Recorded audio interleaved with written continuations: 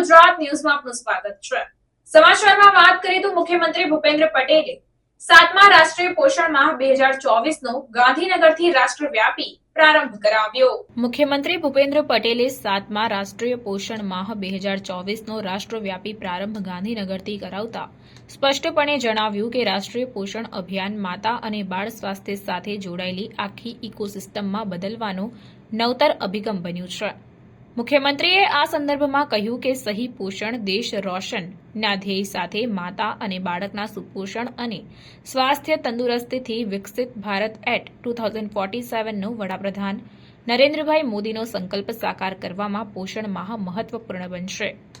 દેશમાં સગર્ભા સ્ત્રીઓ, ધાત્રી માતાઓ, કિશોરીઓ અને 6 વર્ષની વય સુધીના બાળકોના પોષણની સ્થિતિ પર ધ્યાન કેન્દ્રિત કરીને કુપોષણ સામેના જંગ માટે વડાપ્રધાને 2018માં રાષ્ટ્રીય પોષણ અભિયાનની શરૂઆત કરાવી હતી।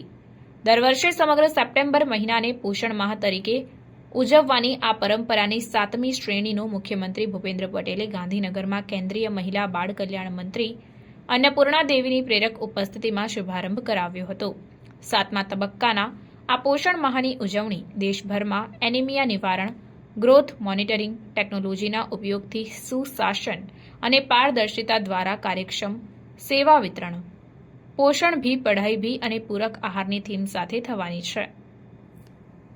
મુખ્યમંત્રી અને કેન્દ્રીય મહિલા બાળ કલ્યાણ મંત્રી તેમજ ગુજરાતના મહિલા બાળ કલ્યાણ મંત્રી ભાનુબહેન બાબરિયાએ આ અવસરે પ્રતિક રૂપે ભૂલકાઓને અન્નપ્રાશન ટીપા પીવડાવવાની સાથે વહાલી દીકરી યોજનાના લાભાર્થીઓને લાભ વિતરણ, સગર્ભા અને ધાત્રી માતા તથા એડોલસન્ટ દીકરીને પોષણક્ષમ આહાર કીટ તેમજ સ્વાવલંબન યોજનાના લાભાર્થી બહેનને સહાય ચેકનું વિતરણ કર્યું હતું। રાજ્ય સરકારની નવી નારી ગૌરવ નીતિ 2024નું લોન્ચિંગ પણ મુખ્યમંત્રીના હસ્તે આ પ્રસંગે કરવામાં આવ્યું હતું।